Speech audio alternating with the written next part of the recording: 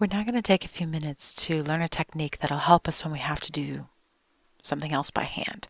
Namely, we want to be able to solve these functions for the letter B. And I have a whole bunch of them. B is not chosen by accident. I mean, you could use X, you could use Y, but the point is that B is the base, right? Notice that up here, right? So we want to be able to solve for it. Okay, so how are we going to do that? Well, very carefully is what we're going to do. Okay, so we want to be able to remind ourselves of a property. Let me just put it in here real quick. So recall, and then you remember it, B to the P, all to the Q is equal to B to the PQ multiplied. Remember that? Okay, because we learned it in section 4.1 and then we reviewed it again in section 4.2. So we've learned it twice. We are going to use that property to help us here. Now I know you think I'm crazy, but I'm not. Well, I am crazy, but that's not neither here nor there. So let's look at this problem. It says b squared is equal to 9, right? So I want to get rid of this squaring right here. I want to make it go away. I want just plain b. The way to do that is to make it so that I raise everything to a power that would make the 2 go away, and that power would be a half. Now if I do it to the right, or excuse me, to the left hand side, I have to also do it to the right hand side. Okay. Now there's one other kick, and that is, well, here I'll show you. So this will be b left over here. Why? Well, because 2 times a half, the 2's will cancel, right? Cancel is a terrible word, I know. They will divide. 2 over 2 makes 1. So it's really b to the 1, but nobody writes it like that. Okay, is equal to, and then 9 to the half, we all know, hopefully, is 3, right? What number times itself twice would get you 9? 3. Or if you like, you can do clear. 9 to the 1/2. And then again, if you're on the old system, you're going to have to use parentheses. If it does it all in one line without this little superscript up here, then you're going to have to use parentheses around the half. Right? But it's 3. Okay, but here's the kicker. It's not 3. It's a little bit of a lie. Now you might have learned somewhere along the way that when you take the square root of both sides, and what is a half power except taking the square root, you have to do plus or minus, right? You have to. Why? Well, let me just put it down here for you, right? It's because 3 times 3 is 9, but negative 3 times negative 3 is also 9. You need both of them to show up, okay? So I'll just put this in parentheses, and right? So our answer is actually plus or minus 3. And the plus or minus is not going to be a big deal for us in this chapter, but it will become a big deal in chapter 6 and 7. Okay, so right now just know that if, and that's what I was going to put down here, if it has an even number for the index is what that's called. So if, look at right here, if you're trying to solve b to the n, and n is even, see that? And k is greater than 0, then the real number solutions are plus or minus b to the 1 over n. Let me write it down. There we go, I got it right there. So if n is even, right, like it was for this example, it was 2, okay? If that happens, like it's a 2 right here, there was your n was 2, then you have to do plus or minus, oops, that's k, it's plus or minus k to the 1 over n, like k in our case was 9, okay? But only if it's even.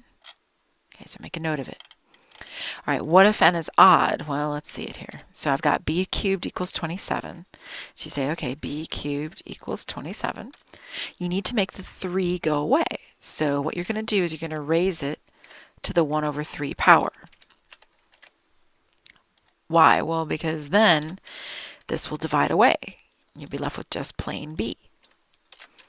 Not plan b, but plain, P-L-A-I-N-B. Okay, but of course you can't do that to the left-hand side without doing it to the right-hand side as well. Got to keep it fair and balanced. So you got to go to the 1/3 over here. And 27 to the 1/3 is 3. Okay, now there's no plus or minus required. Why? Well, because, let me just show you, right? if you had negative 3 times negative 3 times negative 3, it wouldn't work out to positive 27. It'd work out to negative 27, which isn't what we wanted. Okay, so in this case, only the k to the 1 over n, the 27 to the 1 over 3 is needed. No plus or minus required. None at all. And it's because you have an odd number here. See the 3? That's an odd number, whereas 2 is an even number. Okay, so let me add that in here. So if you have an odd number, like we do on that second example, then it's just k to the 1 over n. No plus or minus, just k to the 1 over n. All right, so then let's look at C. So you have 3b to the 4th is equal to 48. Now your first mission is that you want to get b to the 4th by itself, right? You can't take the 1/4 power, not yet. You first have to get rid of that 3. And of course, if you divide the left-hand side by 3, you divide the right-hand side by 3 to keep it all good. Okay, so you're going to get b to the 4th is equal to 16. Okay. Again, just use a calculator. Now I can raise it to the 1/4 power because now I've got plain b to the 4th. So if I raise it to the 1/4 power, that'll be great because it'll make this divide away and become 1, right? And b to the 1 power is just b. But of course, it's not fair, so I got to do it over here as well, right? Because your equation sign is a balance, right? You can't just do stuff to one side without the other. You'd think too, and you're like, oh, I'm perfect. No, au contraire. This was an even number. See that? So that means I have to do plus or minus. So it's really plus or minus 2. Oh, if I could grab it. Even number needs plus or minus. It's that property number 2 again.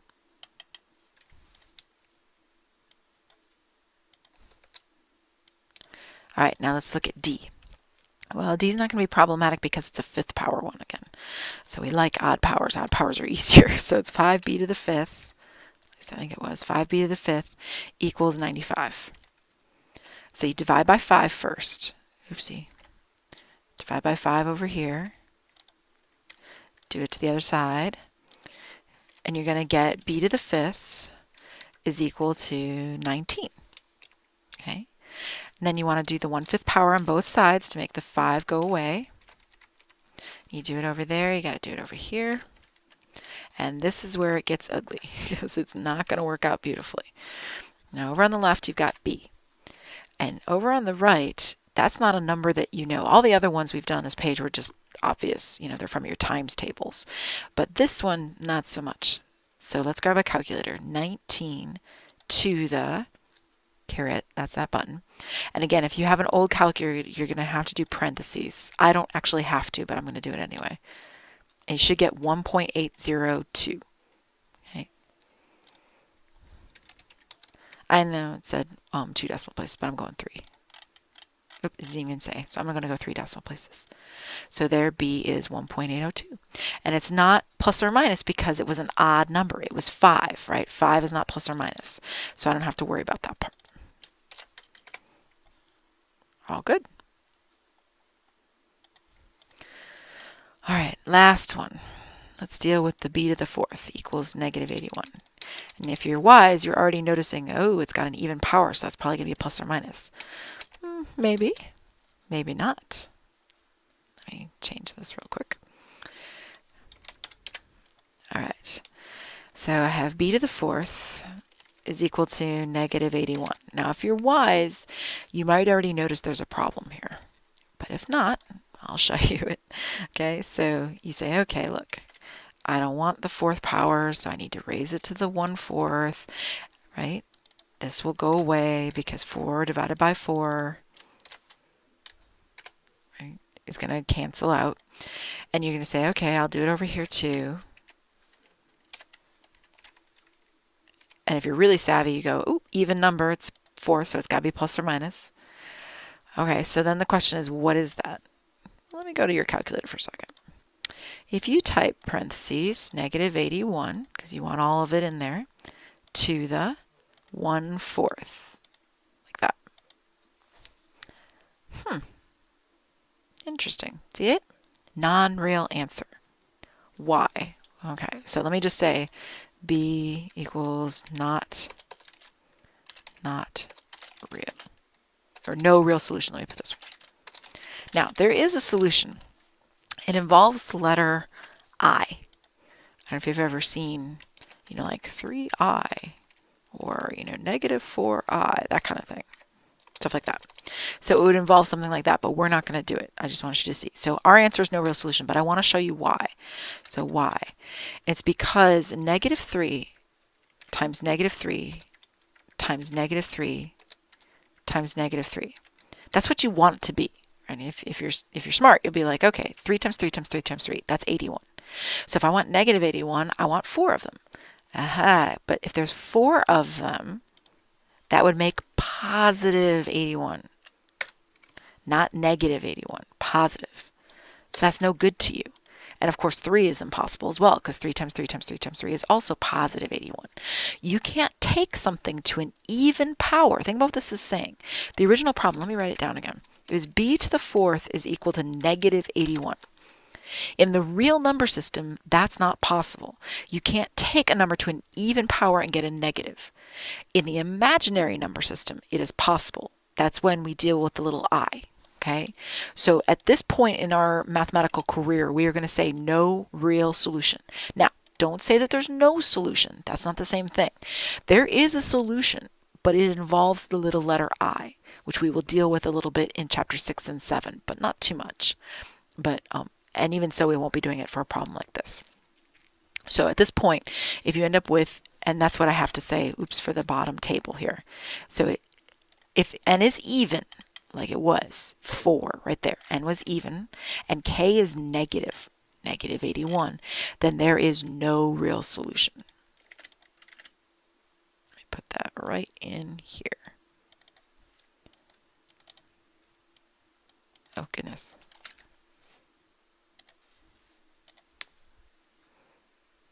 Good. It won't happen. Not in the real numbers.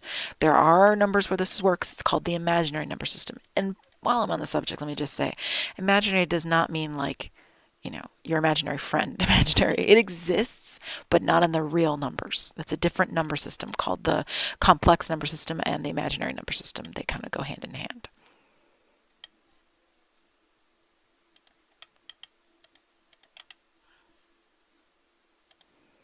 All right, now let's use that skill to solve this problem. Actually, you know what? I'm going to wait on that and I'll start the next video with this problem. So let me recap. If it's even, you have to do plus or minus. If it's an even power with a negative, there's no real solution. If they're odd powers, you don't care. Like, let me just change this one, for example. If this had been negative 27, then you'd say it's negative 3, right? Just pretend. If that had been negative 27, I mean, it wouldn't make any difference. You can do negatives, you can do positives, no troubles. Okay? All right, I'll see you back here for the next video. We'll talk about how to find this exponential function by hand. See you then.